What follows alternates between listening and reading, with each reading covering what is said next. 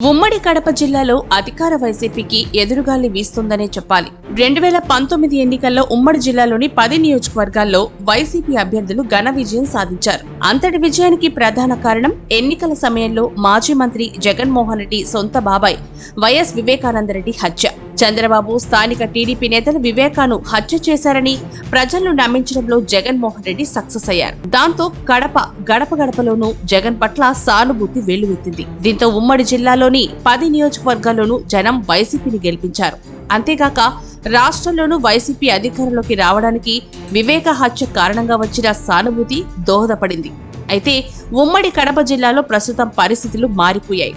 YS వివేక హత్య కేసులో ప్రధాన ముద్దాయి కడప ఎంపీ వైఎస్ అవినాష్ రెడ్డి అని సిబిఐ దర్యాప్తు దాదాపు తేల్చేసింది. వివేక హత్య కేసు వ్యవహారంలో అవినాష్ రెడ్డిని జగన్ తన అధికారాన్ని ఉపయోగించి కాపాడుతున్నారని, స్వయాన జగన్ సోదరి షర్మిల, వివేక కుమార్తె సునీతలు ఆరోపణలు చేయడమే కాకుండా ఈసారి ఎన్నికల్లో జగన్ కు ఓటు వెయ్యొద్దని పిలుపు కూడా ఇచ్చారు. జగన్మోహన్ రెడ్డి పార్టీకి ప్రజలెవరూ ఓటు వెయ్యొద్దని షర్మిల, సునీతారెడ్డిలు వివేక 5వ వర్ధంతి సందర్భంగా కడపలో నిర్వహించిన ఒక కార్యక్రమంలో పిలుపునిచ్చారు. అంతేకాకుండా వారు జగన్ పై ప్రత్యక్ష రాజకీయ పోరుకు రెడీ అయిపోయారు. పులివెందుల అసెంబ్లీ నియోజకవర్గం నుంచి జగన్ కు ప్రత్యర్థిగా వివేక కుమార్తె సునీతారెడ్డి లేదా వివేక సతీమణి సౌభాగ్యమ్మ పోటీ చేస్తారని ప్రచారం జరుగుతోంది. అలాగే కడప లోక్సభ స్థానం నుంచి కాంగ్రెస్ అభ్యర్థిగా వైఎస్ షర్మిల బరిలోకి దిగనున్నట్లు చెప్తున్నారు. ఇదే గనక జరిగితే పులివెందుల్లో జగన్ కు, కడప లోక్సభ స్థానంలో అవినాష్ కు ఇబ్బందులు తప్పవని పరిశీలకులు విశ్లేషిస్తున్నారు. మరోవైపు వైసీపీ అధికారంలోకి వచ్చిన తర్వాత రాష్ట్రంలో అరాచక పాలన కొనసాగుతోందని, ముఖ్యంగా ఉమ్మడి కడప జిల్లాలో అభివృద్ధి ఆనవాలే లేకుండా పోయిందని జనం ఆగ్రహంగా ఉన్నారు. దీనికి తోడు తెలుగుదేశం, జనసేన, బీజేపీ కూటమిగా కలిసి పోటీ చేస్తుండటంతో ఉమ్మడి జిల్లాలోని 10 నియోజకవర్గాల్లో కూటమి అభ్యర్థులకు సానుకూల వాతావరణం కనిపిస్తోందని పరిశీలకులు విశ్లేషిస్తున్నారు. వైఎస్ రాజశేఖర రెడ్డి కుటుంబం ఫైట్ కారణంగా వైసీపీ ఓట్లు భారీగా చీలిపోయే అవకాశాలు మెండుగా ఉన్నాయని అంటున్నారు. ఉమ్మడి కడప జిల్లాలో నియోజకవర్గాల వారీగా పరిస్థితి చూస్తే బద్వేల్ నియోజకవర్గం మొదటి నుంచి తెలుగుదేశం పార్టీకి కంచుకోట. కానీ ఆ నియోజకవర్గంలో గత 4 దఫాలుగా తెలుగుదేశం ఆశించిన స్థాయిలో ఫలితాన్ని రాబట్టలేకపోతోంది. ఈ నియోజకవర్గంలో 2019 ఎన్నికల్లో వైసీపీ అభ్యర్థిగా డాక్టర్ వెంకట సుబ్బయ్య పోటీ చేసి విజయం సాధించారు. ఆయన ఆకస్మిక మరణంతో 2021 జరిగిన ఉప ఎన్నికల్లో డాక్టర్ దాసరి సుధా వైసీపీ నుంచి పోటీ చేసి గెలుపొందారు. ఇక ఇప్పుడు అంటే 2024 ఎన్నికల్లో వైసీపీ అభ్యర్థిగా మరోసారి దాసరి సుధకే వైసీపీ అధిష్టానం టికెట్ కేటాయించింది. కూటమి నుంచి ఈ నియోజకవర్గంలో బీజేపీ అభ్యర్థి బరిలోకి దిగే అవకాశం ఉంది. ఇప్పటి వరకు అభ్యర్థిని ప్రకటించనే లేదు. అయితే ఈ దఫా ఎన్నికల్లో కూటమి అభ్యర్థికి విజయ అవకాశాలున్నాయి. వైసీపీలో నెలకొన్న వర్గ విభేదాలు, వివేక హత్య కేసులో అవినాష్ రెడ్డి పాత్రపై ప్రజల్లో ఆగ్రహం, జగన్ ప్రభుత్వంపై ప్రజా వ్యతిరేకత అన్ని కలిసొచ్చి కూటమి అభ్యర్థి విజయానికి అవకాశాలు మెరుగ్గా ఉన్నాయని అంటున్నారు. వైసీపీ హయాంలో నియోజకవర్గ అభివృద్ధి పూజ్యం కావడంతో జగన్ సర్కార్పై జనాగ్రహం తీవ్రంగా వ్యక్తమవుతోంది. ఇక రైల్వే కోడూరు నియోజకవర్గంలో 2014-19 ఎన్నికల్లో కొరముట్ల శ్రీనివాసులు వైసీపీ అభ్యర్థిగా విజయం సాధించారు. మరోసారి ఆయనే ఇక్కడి నుంచి వైసీపీ అభ్యర్థిగా పోటీలో దిగుతున్నారు. ఈ నియోజకవర్గం నుంచి కూటమి అభ్యర్థిని ఇంకా ప్రకటించలేదు. పొత్తులో భాగంగా ఈ స్థానం జనసేనకు కేటాయించినట్లు ప్రచారం జరుగుతోంది. గత 5 ఏళ్లుగా జగన్ పాలన పట్ల ప్రజల్లో పేరుకుపోయిన ఆగ్రహం, వివేక హత్య కారణంగా వెల్లువెత్తుతున్న యాంటీ సెంటిమెంట్, కూటమి బలం కలిసి ఈ నియోజకవర్గంలో వైసీపీ విజయానికి ప్రతిబంధకాలుగా మారే అవకాశాలున్నాయని పరిశీలకులు విశ్లేషిస్తున్నారు.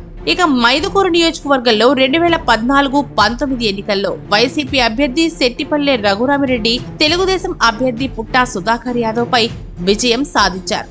ఈసారి కూడా ఈ ఇద్దరే ప్రత్యర్థులుగా పోటీలో ఉన్నారు. 2 సార్లు ఓటమి తర్వాత కూడా పుట్టా సుధాకర్ యాదవ్ నియోజకవర్గంలోనే ఉంటూ ప్రజా సమస్యలపై గళమెత్తుతూ ప్రజల తలలో నాలుకగా వ్యవహరించారు. దీంతో ఈసారి ఓటర్ల సానుభూతి పుట్టాకే అనుకూలంగా ఉందని అంటున్నారు. వరుసగా 2 సార్లు గెలిపించిన నియోజకవర్గ అభివృద్ధి విషయంలో రఘురామిరెడ్డి తీవ్ర నిర్లక్ష్యంగా వ్యవహరించారన్న ఆగ్రహం ప్రజల్లో వ్యక్తమవుతోంది. జగన్ పాలనలో నియోజకవర్గం అన్ని రంగాల్లో అన్ని విధాలుగా వెనకబడిపోయిందని ప్రజలు బాహాటంగానే విమర్శిస్తున్నారు. ప్రజాగ్రహానికి తోడు నియోజకవర్గ వైసీపీలో చాప కింద నీరుగా విస్తరిస్తున్న వర్గ విభేదాలు కూడా ఈసారి రఘురామిరెడ్డి విజయానికి ప్రతిబంధకాలుగా మారే అవకాశం ఉందని అంటున్నారు. దీనికి తోడు తెలుగుదేశం పార్టీకి జనసేన, బీజేపీ మద్దతుగా నిలవడం కూడా మైదుకూరులో తెలుగుదేశం జెండా ఎగరడం ఖాయమని అంటున్నారు. వైసీపీ అభ్యర్థి పి రవీంద్రనాథ్ రెడ్డి తెలుగుదేశం అభ్యర్థి పుత్తా నరసింహారెడ్డిపై విజయం సాధించారు. 2024 ఎన్నికల్లోనూ వైసీపీ అధిష్టానం మళ్లీ రవీంద్రనాథ్ రెడ్డినే ఇక్కడి నుంచి పోటీకి దింపుతోంది. అయితే ఇప్పుడు రవీంద్రనాథ్ రెడ్డిపై నియోజకవర్గ ప్రజల్లో తీవ్ర వ్యతిరేకత ఉంది. రవీంద్రనాథ్ రెడ్డి హయాంలో నియోజకవర్గంలో అభివృద్ధి, అలాగే కమలాపురం నియోజకవర్గంలో 2014-19 ఎన్నికల్లో తెలుగుదేశం అభ్యర్థిగా నరసింహారెడ్డి కుమారుడు చైతన్యారెడ్డి బరిలోకి దిగుతున్నారు. నియోజకవర్గ వ్యాప్తంగా యువతలో చైతన్యారెడ్డికి మంచి ఫాలోయింగ్ ఉంది. దీనికి తోడు జనసేన, బీజేపీ ఓటు బ్యాంకు కూడా తోడు కావడంతో చైతన్యారెడ్డి గెలుపు జెండా ఎగరేసే అవకాశాలు పుష్కలంగా ఉన్నాయని అంటున్నారు. అలాగే రాజంపేట నియోజకవర్గంలో 2019 ఎన్నికల్లో వైసీపీ అభ్యర్థి మేడా వెంకట మల్లికార్జున రెడ్డి విజయం సాధించాడు.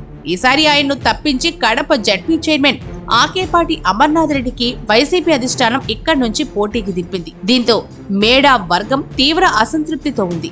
దీనికి తోడు నియోజకవర్గం వైసీపీలో వర్గ విభేదాలు తారాస్థాయికి చేరాయి. ఈ నియోజకవర్గం నుంచి తెలుగుదేశం అభ్యర్థి ఎవరు అన్నది ఇంకా నిర్ధారణ అయితే కాలేదు. అయితే ఇక్కడ నుంచి కూటమి అభ్యర్థిగా ఎవరు బరిలో నిలిచినా గట్టి పోటీ ఇస్తారని, జగన్ ప్రభుత్వంపై ప్రజా వ్యతిరేకత కూటమి అభ్యర్థికి సానుకూల అంశంగా ఉంటుందని పరిశీలకులు విశ్లేషిస్తున్నారు. ఇక జమ్మలమడుగు నియోజకవర్గం నుంచి 2019 ఎన్నికల్లో వైసీపీ అభ్యర్థి మూలే సుధీర్ రెడ్డి విజయం సాధించాడు. వైసీపీ అధిష్టానం సుధీర్ రెడ్డికి మరోసారి అవకాశం కల్పించింది. జగన్ సర్కార్ పై యాంటీ ఇన్కంబెన్సీకి తోడు అభివృద్ధి జరగకపోవడంతో నియోజకవర్గంలో వైసీపీ ప్రభుత్వంపై ప్రజల్లో తీవ్ర వ్యతిరేకత ఉంది.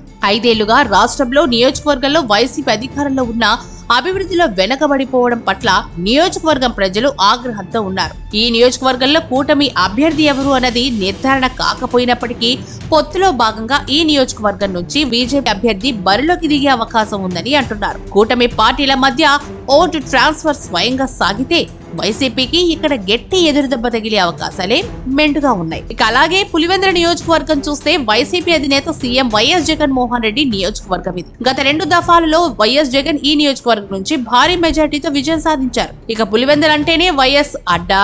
ఒక్క పులివెందుల అని ఏంటి, మొత్తం ఉమ్మడి కడప జిల్లాయే వైఎస్ కుటుంబం అడ్డాగా చెప్తారు. అయితే ఇప్పుడు ఆ పరిస్థితే లేదు.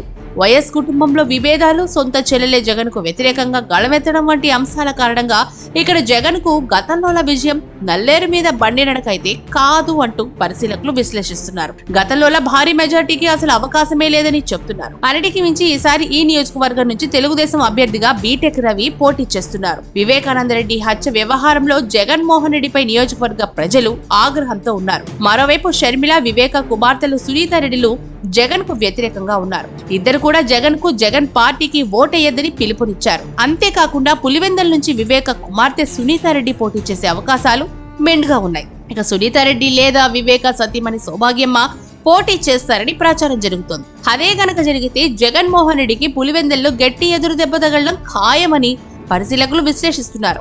ఈ పరిస్థితిలో తెలుగుదేశం, జనసేన, బీజేపీ నేతలు, శ్రేణులు ఐక్యంగా కలిసి కట్టుగా పనిచేస్తే జగన్మోహన్ రెడ్డికి ఎదురీత తప్పదని అంటున్నారు. ఇక ప్రొద్దుటూరు నియోజకవర్గం నుంచి 2014-19 ఎన్నికల్లో వైసీపీ అభ్యర్థి రాచమల్లు శివప్రసాద్ రెడ్డి విజయం సాధించారు. మరోసారి రాచమల్లు శివప్రసాద్ రెడ్డికి వైసీపీ అధిష్టానం టికెట్ కేటాయించింది. కూటమి నుంచి తెలుగుదేశం అభ్యర్థి వరదరాజులు రెడ్డి పోటీ చేస్తున్నారు. రాష్ట్ర వ్యాప్తంగా ఉన్నట్లే ఇక్కడ కూడా జగన్ పాలనపై తీవ్ర వ్యతిరేకత వ్యక్తమవుతోంది. దానికి తోడు నియోజకవర్గ వైసీపీలో వర్గ విభేదాలు తారస్థాయికి చేరాయి. తెలుగుదేశం, జనసేన, బీజేపీ కూటమి పార్టీల మధ్య ఓట్ల బదిలీ సజావుగా గనక సాగితే తెలుగుదేశం విజయం నల్లేరు మీద బండి నడకే అవుతుందని పరిశీలకులు అంటున్నారు.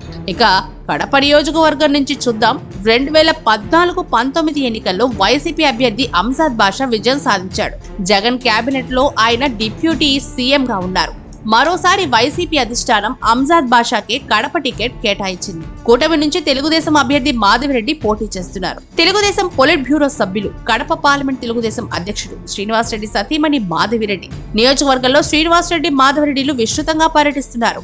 మాధవిరెడ్డి గత కొన్ని నెలలుగా నియోజకవర్గంలో ప్రజల సమస్యల పరిష్కారంలో కీలక భూమిక పోషిస్తూ వైసీపీ అరాచక పాలనను ప్రజల్లో ఎండకడుతున్నారు. నియోజకవర్గంలో ప్రజల మద్దతును కూడగట్టడంలో మాధవిరెడ్డి ఇప్పటికే విజయం సాధించారు.